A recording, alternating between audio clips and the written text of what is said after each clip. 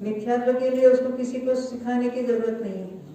अनादि से वो शरीर में यह मैं हूँ मान के आया, क्योंकि इसके इंद्रिय ज्ञान है और इंद्रिय के द्वारा शरीर संबंधी ज्ञान तो हो नहीं रहा है और यहाँ जानने का कार्य हो रहा है, तो यहाँ देखता है इंद्रियों के द्वारा, तो यह शरीर ही दिखाई देता है और क्या मानता है यही मैं हूँ।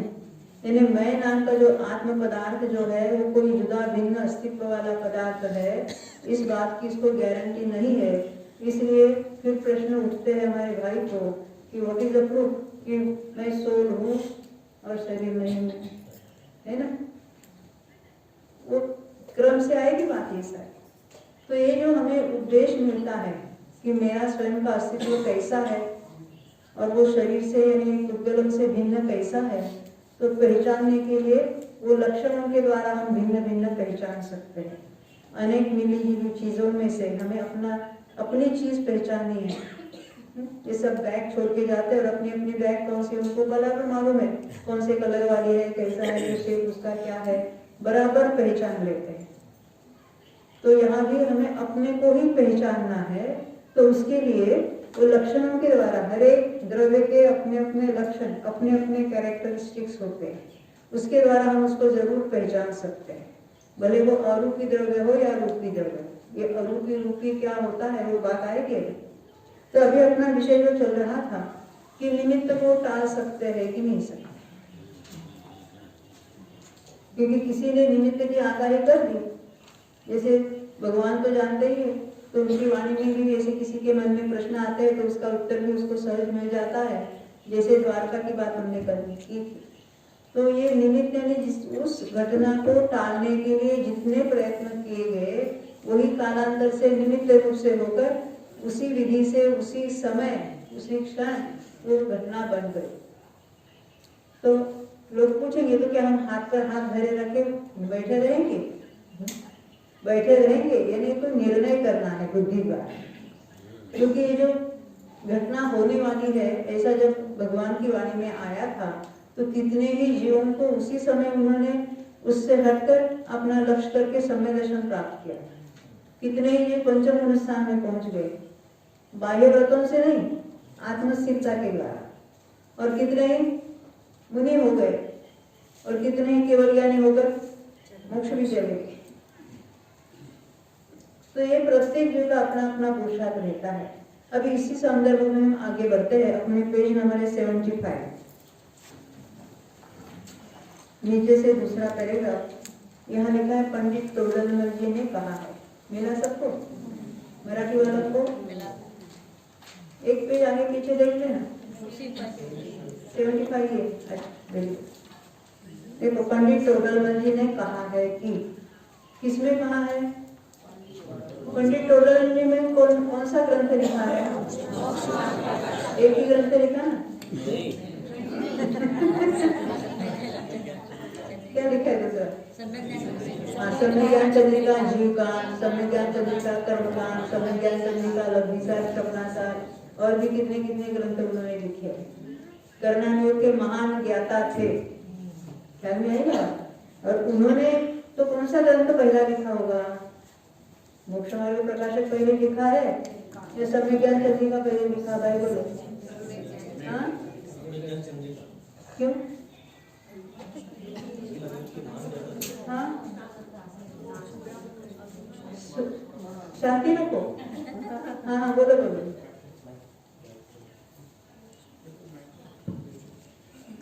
पंडित साहब कर्णानुयोग के महान ज्ञाता थे, बरोबर। और उपयोग की सूक्ष्मता कर्णानुयोग के विशेष से विशुद्धि होती है, बरोबर है। इसलिए कर्णानुयोग ने अर्थ संतुष्टि। अभी और कोई कुछ कहना चाहता है? हाँ बोलिए। पहिल्यांदा लिहिलेली ग्रंथ आहे, मोक्ष मार्ग प्रकाशक हा अधुरा राहिलेला आहे। बरोबर है। देखो ये हम इसको कहते हैं अनुमान से नक्की कर सकते हैं, क्योंकि मोक्ष मार्ग प्रकाशक ग्रंथ अधूरा रह गया है। देखो आप उसका अंत तो 25 दोष वगैरह उसके बारे में लिख रहे थे, सम्यक्तों के 10 प्रकार भी लिखे और वो कितनी ही बातें उन्होंने ऐसे लिखे मैं आगे बताऊंगा। मोक्ष मार्ग प्रकाशक में अनेक जगह उनकी बात आई थी, ये बात हम आगे देखेंगे। इससे क्या सिद्ध होता है? वो अधूरा रह गया, क्योंकि आपको तो मालूम है किसी ने वो राजा को चुगली की थी और राजा ने उनको दंड दिया था और हाथी के पैर के नीचे कुचलवाया था। तो ये ग्रंथ उनका अधूरा रह गया। अभी भी हम तरसते हैं कि वो ग्रंथ पूरा होता तो कैसे होता, परंतु नहीं होना था तो कैसे होता। ख्याल में आई ना बात? जैसे होना है वैसा ही, परंतु हमें तो ऐसा लगता है अरे ऐसी महान चीज है ये जो मोक्ष मार्ग प्रकाशक ग्रंथ। महान उनकी जो रचना हुई है, क्योंकि सीधी सादी भाषा में और जो हमारे समाज में जो कोई बातें चलती उसका इतना सूक्ष्म ऑब्जर्वेशन था और सिंपल भाषा में उन्होंने पूरा की।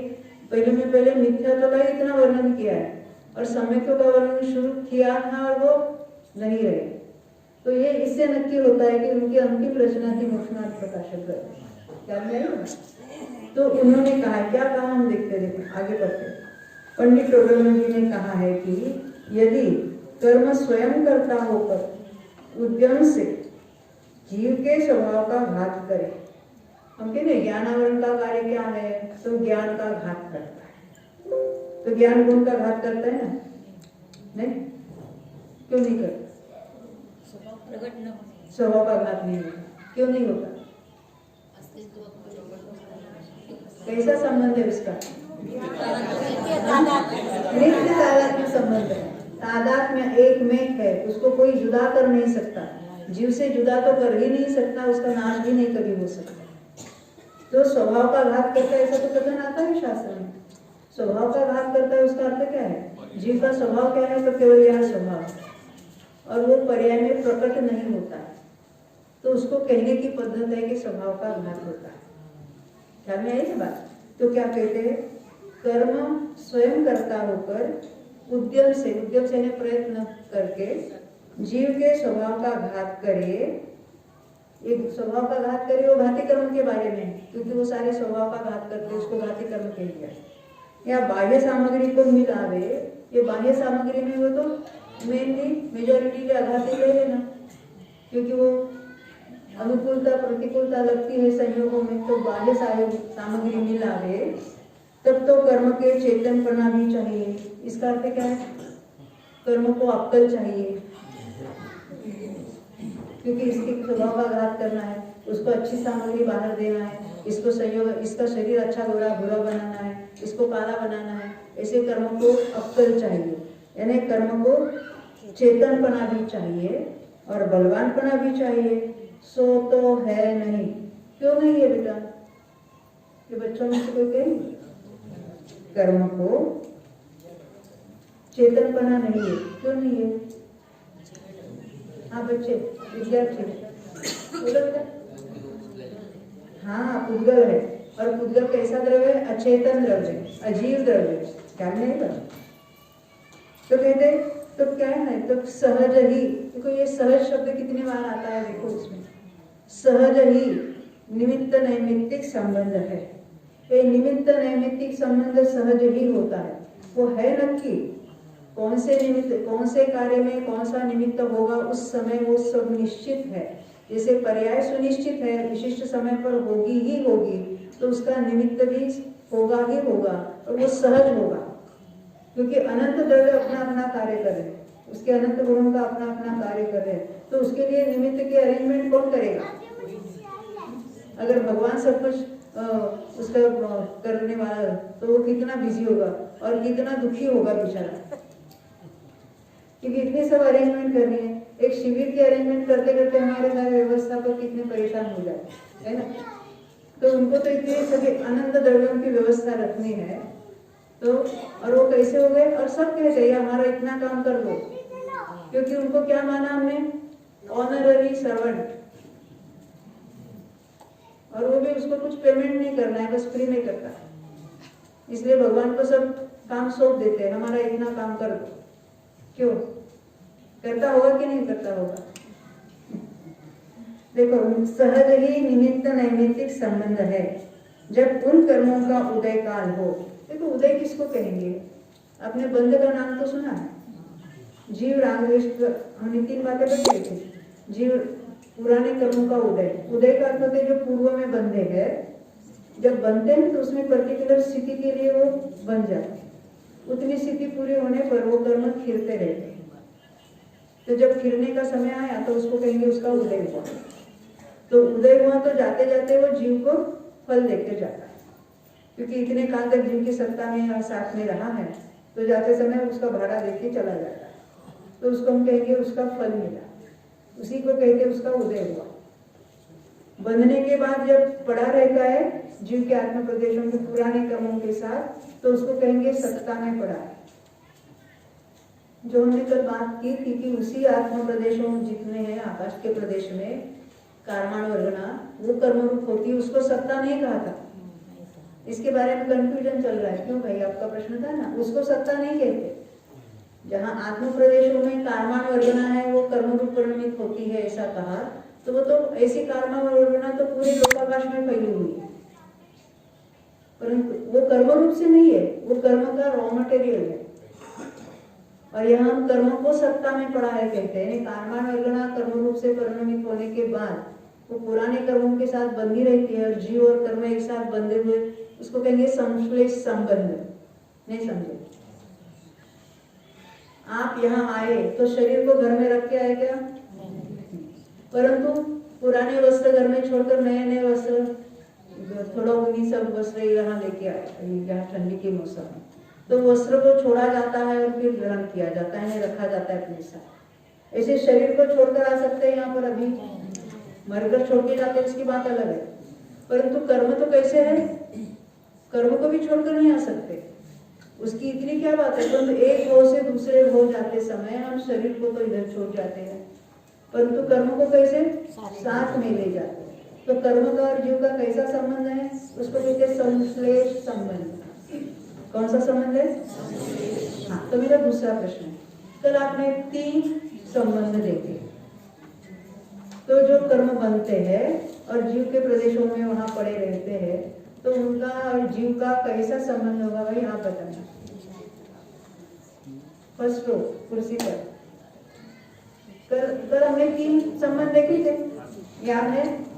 हाँ, तो जीव का और जीव ने बंधे हुए कर्मों का कौन सा संबंध है इसमें से? सुनो हाँ, एक क्षेत्रावगाह। बहुत अच्छा, एक क्षेत्रावगाह संबंध। आप कहेंगे अनित्य नहीं, वो तादाद में नहीं है। तादाद में देखो, 2 द्रव्यों का तादाद में कभी नहीं होगा, 2 भिन्न द्रव्यों का तादाद में नहीं होगा। 2 भिन्न द्रव्यों का एक क्षेत्र में रहना हो सकता है और होता भी है, परंतु भिन्न द्रव्य में तादाद में कभी नहीं होगा। तो जब तादाद में शब्द आया तो उसमें नित्य में कहेंगे तो द्रव्य और गुण, और जब अनित्य कहेंगे तो द्रव्य और पर्याय। ख्याल में ना? तो जीव और कर्म का कैसा संबंध है यहाँ पर? एक क्षेत्रावगाह संबंध। इतनी बात ख्याल में आई? तो यहाँ कहते हैं देखो, जब कर्मों का उदय काल है तो उसका विशिष्ट फल मिलता है। कल हमने देखा था 8 कर्मों के उदय में क्या क्या बातें होती है, उसे हमने शॉर्ट में दोहराई थी कल। तो उस काल में स्वयं ही आत्मा स्वभाव रूप परिणमन नहीं करता। देखो क्या बात है, ज्ञानावरण कर्म का क्षोभ चल रहा है, तो वहां जीव में क्या हो रहा है? ज्ञान की भी हीनादिष्टा है। तो कर्म का वहां उदय, हम उदय कहेंगे अभी, क्षोभ का नाम जरा कठिन है, वो छोड़ दो। यहाँ ज्ञानावरण का उदय ने क्या है? ज्ञान पर आवरण आया, ये तो कहने की पद्धति है। यानी कर्म का कार्य क्या है? ज्ञान पर आवरण है।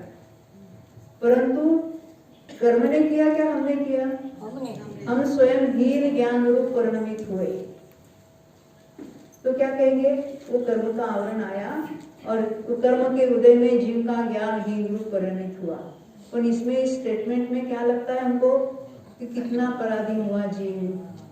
कर्म के उदय के कारण हमको ज्ञान नहीं हुआ, कर्म हमारा ऐसा आया इसलिए हम दुखी हैं, कि आशाता का उदय चल रहा है इसीलिए हम दुखी है। लौकिक में सब ऐसी बातें बताते हैं, क्या करें, हमारी सारे साथी चल रही है ना? कर्म नहीं तो वो ग्रह जो कौन सा मंगल होगा या शनि होगा। कौन सी साढ़े शक्ति बता रहे आप लोग? हम लोग आए के ऊपर साढ़े शक्ति।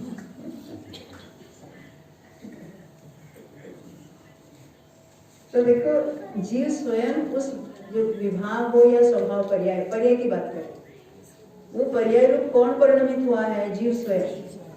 अभी जो अरिहंत परमेष्ठी है, सिद्ध परमेष्ठी है, उनके स्वभाव रूप परिणमन चल रहा है। वो परिणमन कर्म हट गए इसलिए किया, उस कर्मों ने किया, कराया क्यों? और हम जो संसार में रूल रहे हैं वो कर्मों के कारण रूल रहे हैं कि नहीं रहे? क्यों? अपनी मूर्खता से हम रूल रहे, क्योंकि यहाँ जीव मिथ्या तो रागद्वेष परिणाम करा है, तो वहां उसका उदय चल नहीं रहा।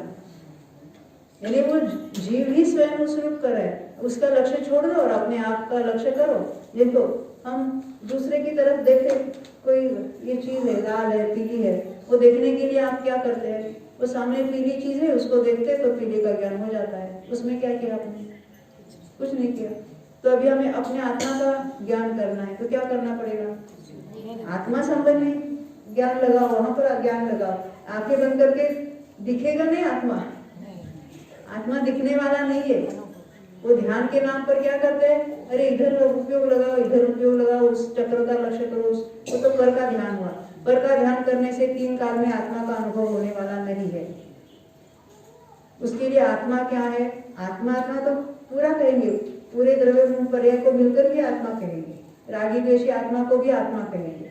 और यहाँ आत्मा किसको कहना है? वो तत्वों की भाषा में वो जुदा विषय है, उसकी बात अभी नहीं करते, तो वो जानने योग्य है। और वो जब जानेंगे तभी आत्मा का अनुभव हो सकता है। अभी तो हमारा निमित्त उपादान का विषय चल रहा है, उसको आगे बढ़ाएंगे। हाँ, आगे देखते। देखो, आत्मा विभाव रूप परिणमन करता है तथा जो अन्य द्रव्य है वे वैसे ही संबंध रूप होकर परिणमित होते हैं, जिसको यहाँ संयोग कहा है। कि संयोग में जो कुछ अनुकूलता प्रतिकूलता, देखो ये हम विशिष्ट संयोग का लक्ष्य कर स्वयं अनुकूल या प्रतिकूल परिणमित होते हैं। नहीं समझे? अभी मान लेते हैं हम पंखा चला, ठंड का मौसम है और पंखा चलता है, तो हमारे साता का उदय है कि असाता का उदय है? बोलो, कौन बताना चाहते हैं? हाँ हार्दिक बोलो। असाता का उदय। आप क्या कहते चलो? पंखे का घूमना असाता का उदय, बराबर?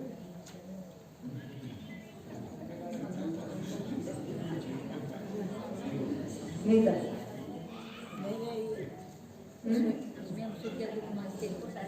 अरे हमें यहाँ बैठे बैठे गर्मी होती है, आपको देख देख कर तो जिसकी गर्म प्रकृति है उसको पंखा अच्छा लगता है, तो उसी घूमते हुए पंखे का लक्ष्य करके वो स्वयं सुख रूप अनुभव करता है। वो इंद्रियों की अनुकूलता जो है उसकी बात है। और कोई क्या है, अभी बीमार है, बुखार आया, तो उसको यानी पंखे की घूमते हुए पंखे को देखकर उसको क्या है, पहले ठंड बहुत लग रही है, उसको अच्छा नहीं लगता है।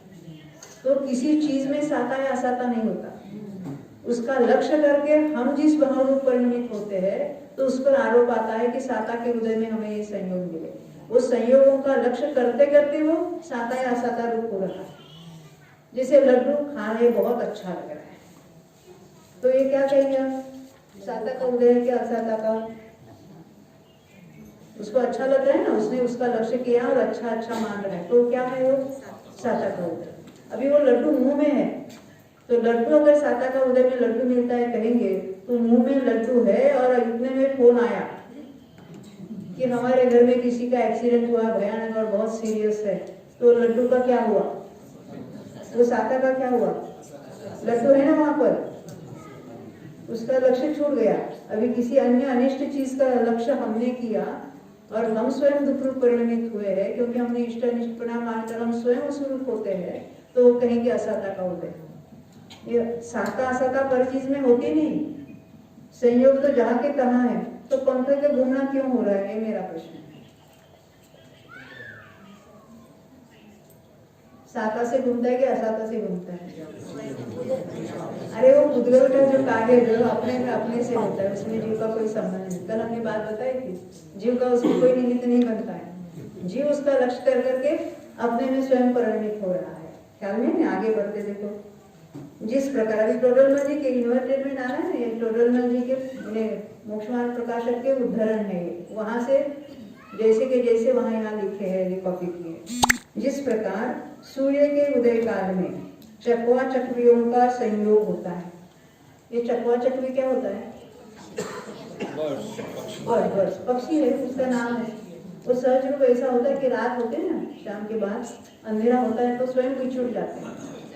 किसी ने उनको सेपरेट किया नहीं है, चिल्लाते रहते हैं, एक दूसरे को पुकारते रहते हैं, परंतु जब तक अंधेरा है उनका संयोग नहीं होता।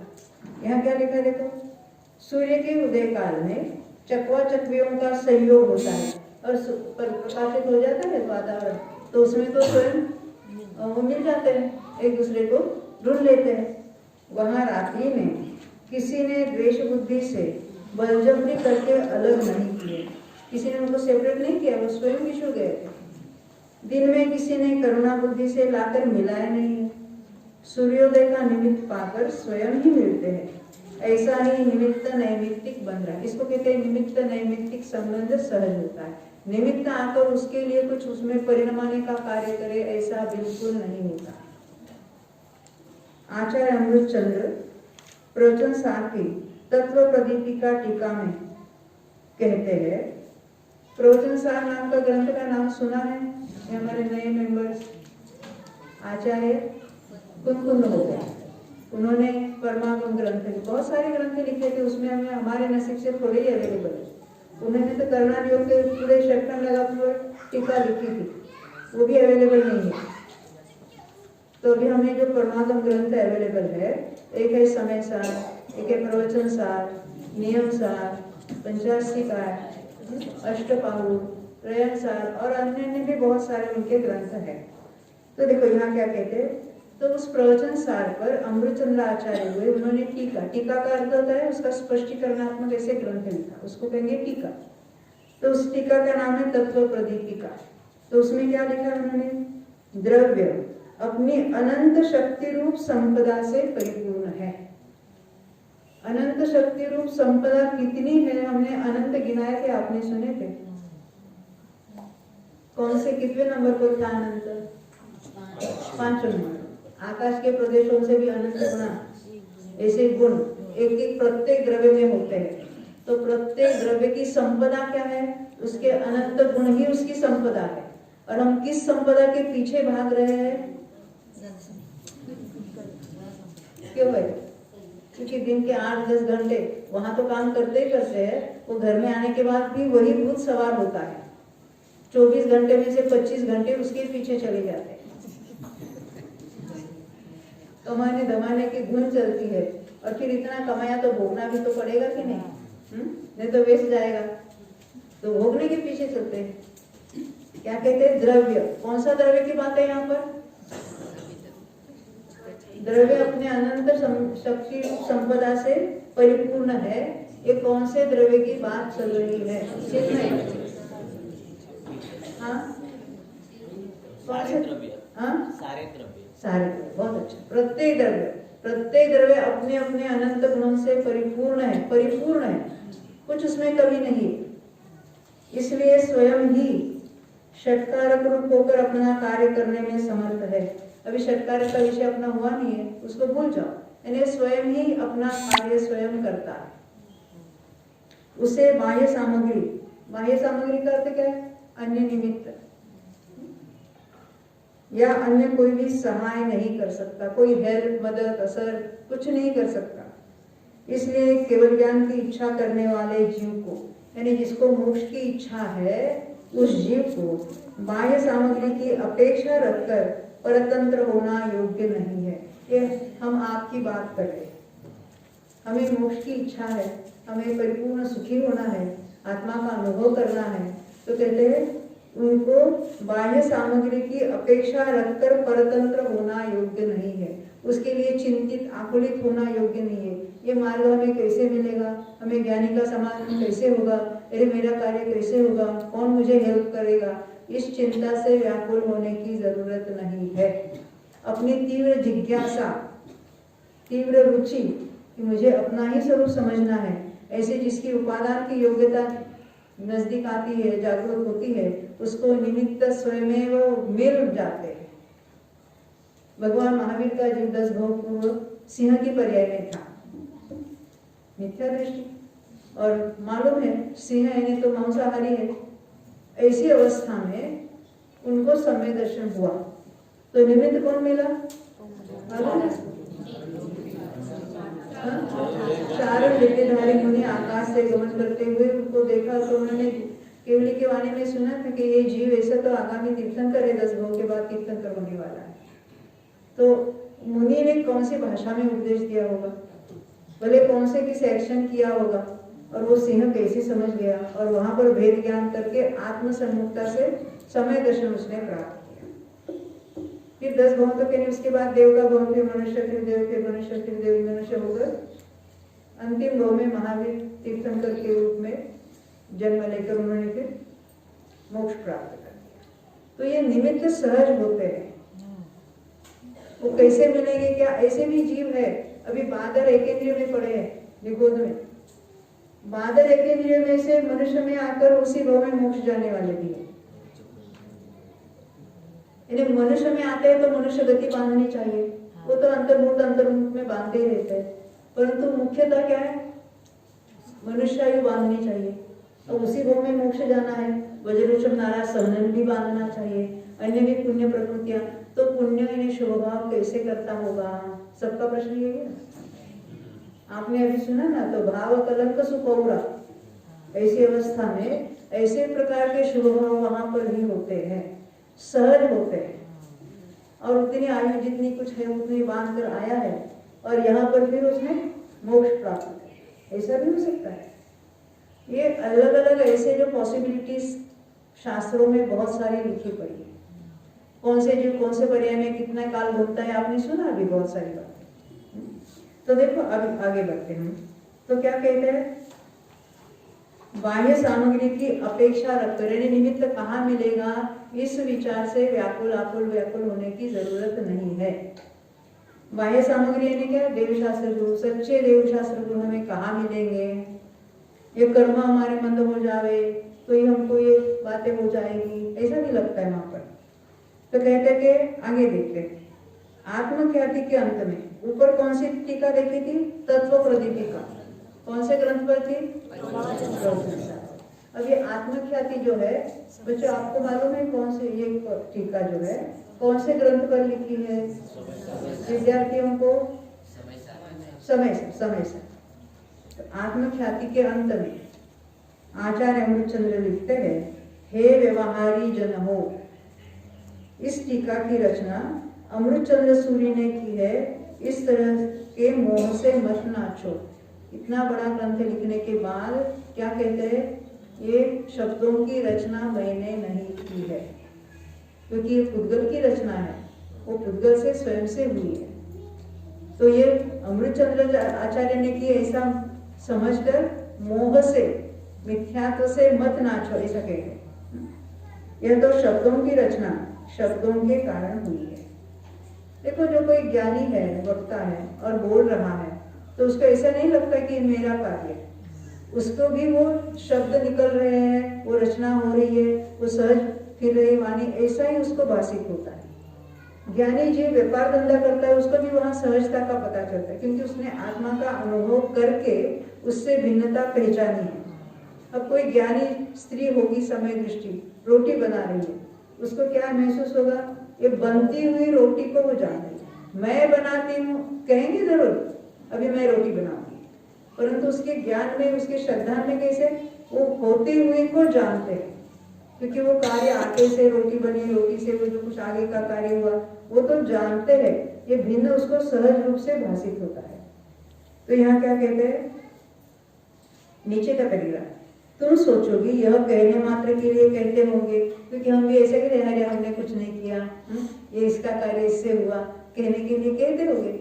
मिथ्या दृष्टि भी अध्यात्म ग्रंथ पढ़ता है तो वो भी बराबर सियाना है ना, तो समझ लेता है, अरे मैंने कुछ नहीं किया, अरे मैंने कुछ नहीं किया, ये तो पुद्गल का कार्य, पुद्गल से कहने के लिए तो सीख गया, बोलना सीख गया, परंतु अभी भी उसको वो अनुभूति पूर्वक भिन्नता उसने नहीं जानी है, तो वो बोलना उसके कोई कार्यकारी नहीं है। तो कहते कि जिसकी स्वयं की कर्तृत्व बुद्धि कायम है, कर्तृत्व बुद्धि ने ये पर का कार्य मैं कर सकता हूँ ऐसी मान्यता, यहाँ बुद्धि का अर्थ क्या है, मान्यता। ऐसे शब्द कोई सुने आपने, बुद्धि लगाकर जो शब्द आते हैं, हाँ, एकत्व बुद्धि, यानी शरीर और मैं एक में हूँ ऐसी मिथ्या मान्यता, उसको कहेंगे एकत्व बुद्धि। दूसरी क्या है, ममत्व बुद्धि, ये मेरा है, ये पैसा मेरा है, धन मेरा है, बच्चे मेरे, ये क्या है, ममत्व बुद्धि, ये मेरा है ऐसी मिथ्या मान्यता, यह है ममत्व बुद्धि। और क्या आता है, कर्तृत्व बुद्धि, ये मैंने बनाया, ये मैंने कार्य किया, ये मैंने बोला, ये रचना मैंने की, ये मंदिर हमने बनाया, ऐसे वो क्या है, कर्तृत्व बुद्धि। और क्या है, भोक्तृत्व बुद्धि, ये मैंने क्या नहीं, ये तो इसका मैं आनंद रूप रहा। गुरुदेव की भाषा में ये तो राग का भोग कर रहा है, अपने राग का भोगता है, क्योंकि परी चीज का तो भोग ही नहीं सकता ये चीज। तो ये बुद्धि शब्द आया है, यानी मिथ्या मान्यता के अर्थ में यहाँ बुद्धि शब्द लगा है। तो यहाँ क्या लिखा देखो, कि जिसकी स्वयं की कर्तृत्व बुद्धि कायम है, उसे दूसरों के विधान अंतःकरण की गहराई से लिखे है, इस बात का विश्वास नहीं होता। तो ऐसा होता है कि वो अमृतचंद्र ने ऐसे भाव खाने के लिए लिखा होगा कि मैंने नहीं किया, शब्दों की रचना हुई, अरे वो तो ज्ञानी संत है। मैं तुम्हें बताना चाहती हूँ कि वस्तु स्वरूप का, वस्तु स्वरूप यानी क्या, छह द्रव्य है, 7 तत्व है, उसका स्वरूप तत्वों का ज्ञान होने पर और सम्यक दर्शन होने पर, सम्यक दर्शन का अर्थ क्या है, आत्मा के अनुभूति पूर्वक उसने भिन्नता जान ली, अपने आप को पहचान लिया, आत्मा का अनुभव कर लिया, इसके लिए सम्यक दर्शन। सम्यक दर्शन है तो श्रद्धा गुण की परिणति। तो मेरा एक सिंपल सवाल है, सम्यक दर्शन हुआ ये जीव को कैसे पता चलता है? आप कहेंगे कोई? आप कौन बताना चाहते हैं? हाँ हाँ सम्यक दर्शन होने पे जीव का अभिप्राय निर्मल होगा। बिल्कुल अभिप्राय, पर वो कौन सा उसका पॉइंट ऐसा एक एग्जैक्ट कहेंगे ना, 8 बजे सम्यक दर्शन हुआ तो 8 बजे उसके अभिप्राय में क्या हुआ? कर्की एकत्व ममत्व कर्तृत्व स्व में आ जाता है। ये आ जाए, ये सब ऐसा वेग टर्मिनोलॉजी। मूल सुख का आनंद। हाँ, अतीन्द्रिय आनंद की अनुभूति हुई। तो अतीन्द्रिय आनंद की अनुभूति ये कौन से गुण की पर्याय? हाँ, ज्ञान गुण की अनुभूति। अनुभूति है ना, अनुभव हुआ। जैसे आपके पेट में बहुत दुख रहा है, दर्द हो रहा है, पीड़ा हो रही है, तो ज्ञान होना अलग बात है, वेदन यानी अनुभव होना अलग बात है। तो आप डॉक्टर के पास गए कि डॉक्टर साहब मुझे बहुत दुख रहा है, तो डॉक्टर ने भी देखा तो मामूली सूजन आ गई है, थोड़ा वो दबाने पर उसको दुख रहा है, उसने जो कुछ जांच की तो उसने जाना कि इससे पीड़ा हो रही है। जरा मेरा होने दो। तो ये पीड़ा का अनुभव डॉक्टर कर रहा है कि पेशेंट कर रहा है? डॉक्टर ने जाना, पर वेदन किसने किया? तो वेदन अपने पर्याय का होता है और ज्ञान तो सोकर सबका हो सकता है। नहीं समझे क्या काम है? वेदन में अपने का होता है। ज्ञान तो अपना भी होता है, पर क्या भी होता है? मैं तो जान रही हूँ ना कि आप वहाँ बैठे, आप बराबर सुन रही है, तो मैंने जाना, पर आपने जो समझा वो मैंने नहीं। तो आपने जो वेदन किया वो आप में, वेदन अपनी पर्याय का होता है और ज्ञान तो स्वपर दोनों का हो सकता है। अभी क्या प्रश्न है आपका? अनादि मिथ्या दृष्टि जिसमें तो फिर से अनादि मिथ्या दृष्टि हाँ। प्रथमोपशम होता है, हाँ, तो जब उसको पता ही नहीं कि इसी को अतीन्द्रिय कहते हैं या उसके पहले भी ऐसे कुछ अलग अलग उसने कुछ किए, तो कहीं मिथ्या भ्रमणा नहीं हो सकती है उसकी क्या कि यही मुझे अतीन्द्रिय ज्ञान हो, मतलब उसे हुआ नहीं है पर उसे कुछ अलग ऐसा विशिष्ट अलौकिक कुछ ऐसे कुछ अनुभव आनंद हुआ। हाँ, अपूर्व ऐसा अतीन्द्रिय। अभी तक तो उसने इंद्रियों के द्वारा जो कुछ शांति सुख जो कुछ ऐसे अनुभव किया था, उसको जो सुख मान रहा था, पर ये वो सुख नहीं है और वो तो पर का लक्ष्य करके हो रहा था और थोड़ी शांति लगी तो उसको लगा ना हाँ मुझे आत्मा का अनुभव हुआ। इतना ही नहीं, आत्मा मैं शुद्ध हूँ बुद्ध हूँ विकल्प करता है और थोड़ी शांति लगती है तो उसको लगता है हाँ मैंने अनुभव किया, पर वो अनुभव नहीं। अनुभव का एग्जैक्ट क्षण आप अनुभव कह सकते हैं कि इस बात ऐसी बात हो गई कि अतीन्द्रिय आनंद, ये अपूर्व आनंद है, उसको शब्दों में कोई भी नहीं कह सकता है। जैसे वो चक्के देखो की बात है ना, वैसा है ये। और बिल्कुल वो अनादि मिथ्या दृष्टि हो तो भी उसको बिल्कुल पता चलता ही है। जैसे जैसे जैसे कोई एक बच्चा कोई अंडमान निकोबार आइलैंड पे कोई आदिवासी है जिसने कभी जिंदगी में गुड़ चखा ही नहीं था, कहीं से उसके हाथ में गुड़ का एक टुकड़ा आ गया, उसने उसको चखा और फिर बाद में और 4-6 महीने के बाद में उसको मिला फिर उसने कोरिलेट किया कि हाँ वो और ये सेम था, वो प्रत्यभिधर्म हुआ। तो वैसा सम्यक दर्शन के बारे में प्रथमोपशम निगम में तुरंत छूट जाता है।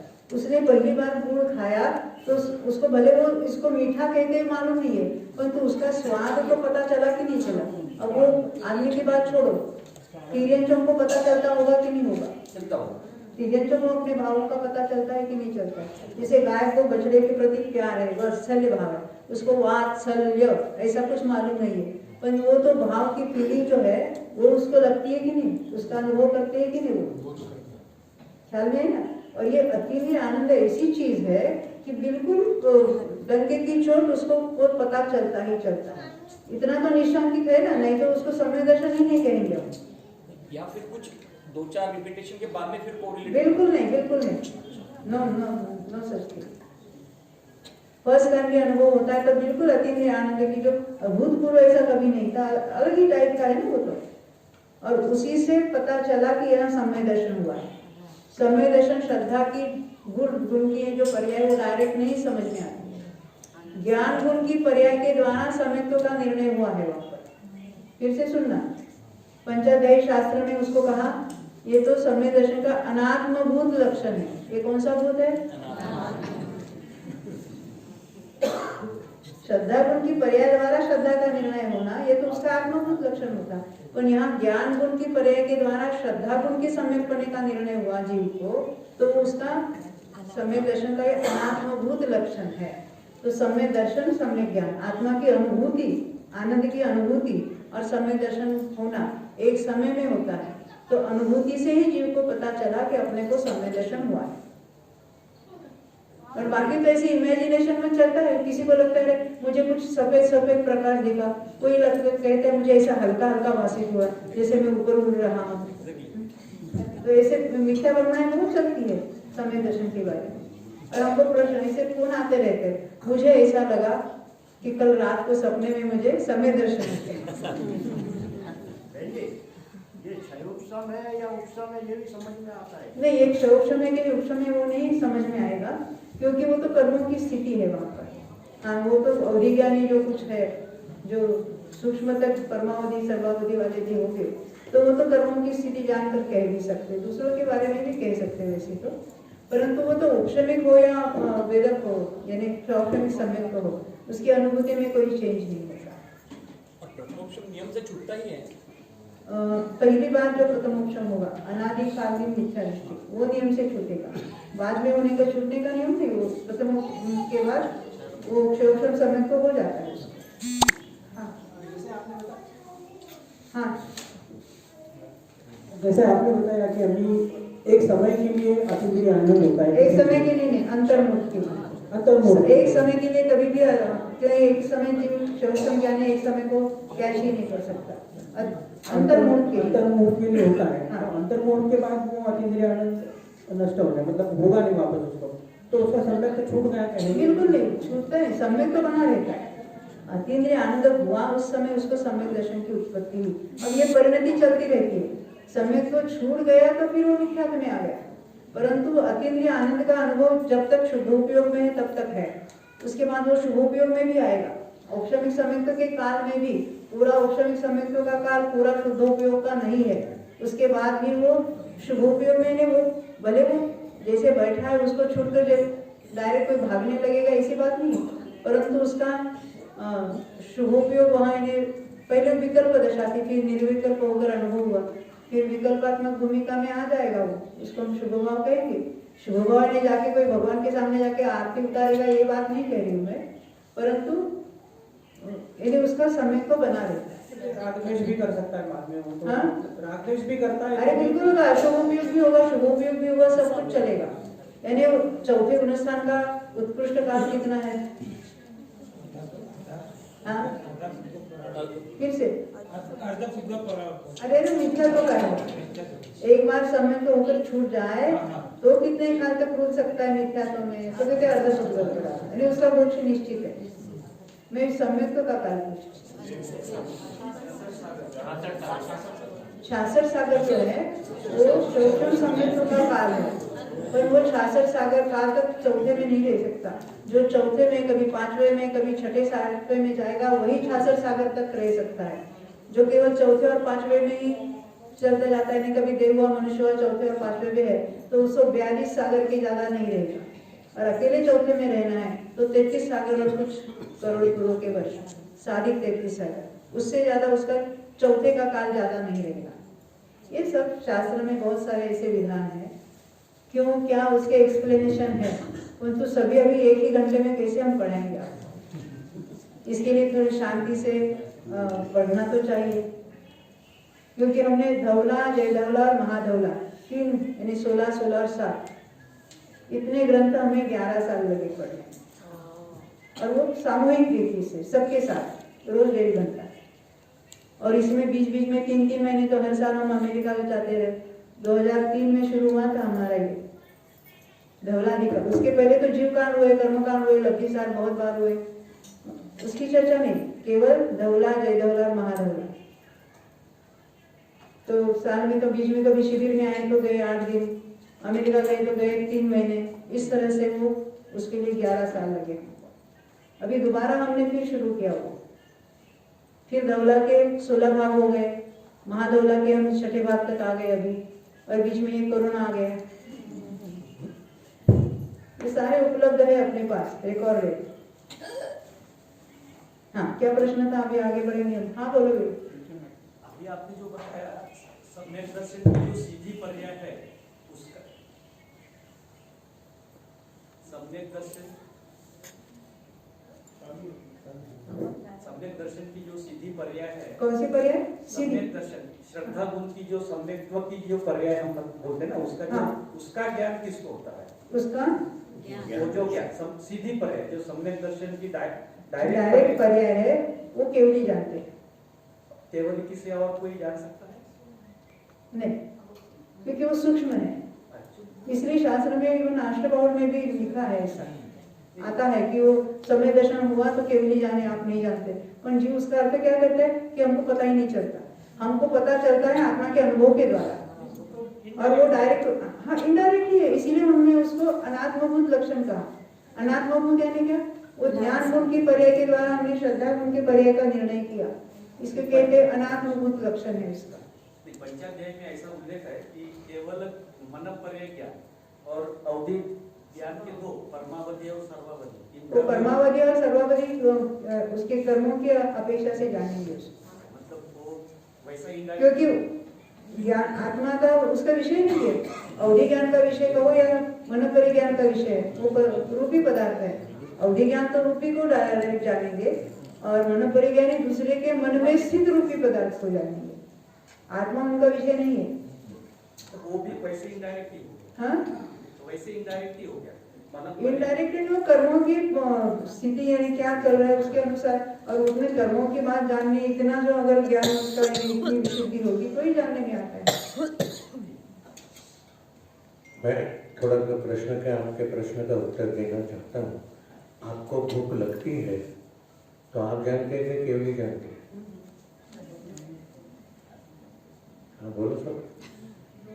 दोनों भी जानते हैं। अरे दोनों भी जानते हैं। कहने आप जानते हैं ना, वैसे ही जिसको सम्यक तो होता है एक समय के लिए उनको नहीं पता लगेगा, लेकिन जब उसको अतीन्द्रिय आनंद का वेदन होता है, अनुभव होता है, तो वो भी जानेंगे। नहीं, बात चल रही थी डायरेक्ट सम्यक्त्व की पर्याय से नहीं जान सकते। वही तो कहना, इसीलिए उसको अनात्मभूत लक्षण कहा। ज्ञान की पर्याय से हम जानेंगे। आत्मा की अनुभूति हुई, आनंद का वेदन हुआ, उसके द्वारा उसको पता चला कि यहाँ और उसके पहले, और सम्यक का निशंकित अंग है ना। शंका ने क्या? संशय, डाउट है अभी। अरे अपने को समय दर्शन हुआ कि नहीं हुआ? अरे वो काहे का समय दर्शन? समझ में आती है ना बात? यानी उसको बिल्कुल, क्योंकि बाकी तो तत्व ज्ञान की निर्मलता हुई है, आत्मसम्मुख परिणाम थे, और उस काल में उसको हो गया, तो भेद विज्ञान तो चली। राग और मैं ज्ञान एक में एक मानता था अभी तक। अभी राग प्रत्यक्ष भिन्न भाषित हो रहे, उसको शरीर तो भिन्न भाषित हो ही रहा है, राग द्वेष के परिणाम भी अपने से भिन्न भाषित होते हैं, तो उसको तो पता चल ही रहा है कि अभी हो गया है अपना कार्य, यानी अपना कार्य हो गया इसीलिए निठल्ला होगा, ऐसी बात नहीं। उसको तो उल्टा और अधिक उसको प्रसाद बढ़ेगा, उसको निर्मलता बढ़ेगी उसकी। हो गया ना समय? है देखो 77 पेज। तुम कहोगे निमित्त कार्य में कुछ भी नहीं करता। ये तो ऐसे सामने से प्रश्न है ना, बहुत सारे हमारे कंफ्यूजन्स है अभी तक, जो मान्यता में निमित्त से ही कार्य होता है ऐसे हमने ठान ली है, या ऐसे हमने हमारी बिल्कुल मान्यता हो गई है। तो क्या कहते हैं? तो प्रश्न क्या है? तो फिर ऐसा उद्देश्य क्यों कहते हैं? कैसा? कुदेव को गुरु को शास्त्र के त्याग का उद्देश्य क्यों दिया जाता है? कुदेवादि की श्रद्धा छोड़ दो, सच्चे देव, सच्चे गुरु और सच्चे शास्त्र का पहला निर्णय करो और फिर उनका उपदेश सुनो। ऐसा क्यों कहते हो? ऐसा हमारे बेटी का सवाल है। तो कहते जब यह करो वह मत करो, या ऐसा करना चाहिए की भाषा होगी। काल अपने 4 योगों की भाषा देखी थी, हमने बताया था। द्रव्यान योग में तो क्या सिद्धांत बताएंगे, एक द्रव्य दूसरे द्रव्य का कुछ नहीं करता, प्रत्येक द्रव्य अपने स्वयं अपने परिणाम रूप से परिणमित होता है। चरणान योग क्या कहेगा? ऐसा करना चाहिए, तुम ऐसा चलोगे तो जीवों की हिंसा होती है। अरे एक ही द्रव्य दूसरे द्रव्य का करता नहीं है ना, नहीं, तो यहाँ तुम्हारे परिणामों का फल है, तो वहां जीवों की विराधना होगी। इतने निष्ठुर परिणाम है, तो ऐसा जो अपने आत्मा का उद्देश्य भी सुनने लायक नहीं है, तो वो तो आत्मा का अनुभव कर ही नहीं सकता। एक बात है। चरणानुयोग में यह भाषा पद्धति अपनाई जाती है। इसका मतलब ऐसा कदापि नहीं है कि चरणानुयोग में निमित्त को कर्ता माना है। हम तो जो सिद्धांत सीखते हैं उसमें जो यथार्थ वस्तु स्थिति है उसका कथन किया जाता है। तत्व निर्णय इन सिद्धांतों के आधार से ही होता है। कौन से सिद्धांत जो द्रव्यानुयोग में बताए हैं उन सिद्धांतों के आधार से तत्व निर्णय होता है। कर्णानुयोग के बहुत से ग्रंथों में वो जीवों के परिणाम और कर्मों की अवस्था इसका ज्ञान कराया जाता है, वहां निमित्त का ज्ञान कराया जाता है। तो ज्ञान क्यों कराया जाता है? अरे जानना ज्ञान का कार्य है, तो सही जानना ज्ञान का कार्य है कि नहीं जानना ज्ञान का कार्य है? हम जानेंगे ही नहीं। कर्म की बात इतनी करते हो तो हमारे विकल्प बढ़ जाते हैं और ये कर्मों के हमारे निमित्त की दृष्टि हो जाती है, इसलिए हम कर्म का सिद्धांत पढ़ेंगे ही नहीं। तो तुम ज्ञान का ही निषेध कर रहे हैं। ख्याल में आई ना बात? तो इनका ज्ञान हो जाए यथार्थ तो बिल्कुल भेद ज्ञान में तो और दृढ़ता आ जाती है। पता चलता है कि हर समय जीव कर्मों के कितने परमाणु ले रहे हैं। कर्मों की बात छोड़ो, हर समय इस शरीर के अनंत परमाणु जीव ग्रहण कर रहा है और अनंत छोड़ रहा है। कब से? जब कहीं से मरकर यहाँ आया था विग्रह गति से, उस समय से लेकर अंतिम मरण के समय तक शरीर के अनंत परमाणुओं का ग्रहण हर समय चलता है। उसमें अनंत जाले जाते हैं। कितने जाते हैं, कैसे जाते हैं, उसका भी गणित है, पूरी उस मैथमेटिक्स है उसकी। तो उसमें क्या पता चल रहा है? अरे इतनी धूल आ रही है, इतनी धूल जा रही है, मैं तो इससे भिन्न हूँ। जीव तो वही का वही कारण है। और हम क्या कहते हैं? रोज पहले जाके आईने में ठीक ठाक है ना, नक्की करते हैं। किसको? ये धूल को। और हर समय इस धूल की क्या कहते हैं? हैप्पी बर्थडे मनाते हैं। सादा बर्थडे नहीं चलेगा। बच्चे तो साल भर के दिन गिनते, कभी हमारा बर्थडे आता है क्या करें? तो ये कर्णानुयोग के अभ्यास से ये भेद ज्ञान बिल्कुल ऐसे लगता है कि ये सब चीजें जुदी ही है और मैं जुदा हूँ इसको जानने वाला। एक प्रश्न। हाँ, द्वारका नगरी जब चली थी, किससे? द्वारका नगरी आप बताया कि हाँ, 12 साल पहले भगवान के ज्ञान में आया। हाँ। आपने बताया कि बहुत जीवों ने पुरुषार्थ किया और मोक्ष चले गए, कोई केवल ज्ञानी हो गए, कोई अपना पुरुषार्थ करके अच्छा, मतलब ये कैसे हो सकता है? आपने बताया कि वो तो निश्चित ही है, उनको जो है होना है, तो फिर उन्होंने पुरुषार्थ करके द्वारका जलना नक्की था, उनका पुरुषार्थ होकर मोक्ष जाना भी निश्चित था उस जीव के पर्याय। सभी जीव मरेंगे ऐसा काम कहा? जो वहाँ रहेंगे कोई मुनि होकर चलेंगे वहां से। तो पुरुषार्थ करना भी नक्की है। पुरुषार्थ अभी तो आएगा, 5 समवाय नक्की है। समय ने 5 कारण उसमें तो आएगा, स्वभाव भी, पुरुषार्थ भी, कालब्धि भी, होनहार भी, निमित्त भी, सब कुछ निश्चित है। तो फिर वो पुरुषार्थ का कुछ रहेगा ही नहीं मतलब। पुरुषार्थ किसको कहे यही मालूम है। ये थी बात हम देखेंगे, अभी अपना समय हो गया है, क्योंकि ये सब बातें अंत में आने वाली। पहले हम निमित्त देखेंगे, उपादान देखेंगे, उसके भेद प्रभेद देखेंगे, अंत में जाकर 5 समवाय कैसे वो परस्पर सापेक्ष होते हैं और कैसे वो निश्चित होते ही है, क्योंकि 5 ही कारण सुनिश्चित है तभी भी कार्य हो, तभी तो कार्य निश्चित होगा और तभी तो कर्मबद्ध पर्याय सिद्ध होगा। क्योंकि ये सारे बेसिक सिद्धांत है। इसको पढ़ते हम वहां तक पहुंचेंगे तो वो बात आपके समझ में आएगी। इसलिए ये सब हमारे प्राइमरी है, सब ये निमित्त उपादान ये सब प्राइमरी है और आगे चलकर ये सारी बातें हम सिद्ध करेंगे। तो पुरुषार्थ क्या रहा, ये सबके प्रश्न है और वो सुनिश्चित है तो हम हमारे हाथ में क्या रहा, ये सबके प्रश्न है और इन प्रश्नों का उत्तर आने वाला है। इसलिए थोड़ी शांति चाहिए। अभी हम यही रुकते हैं, अपना समय हो गया। बोलो 2400 भगवान।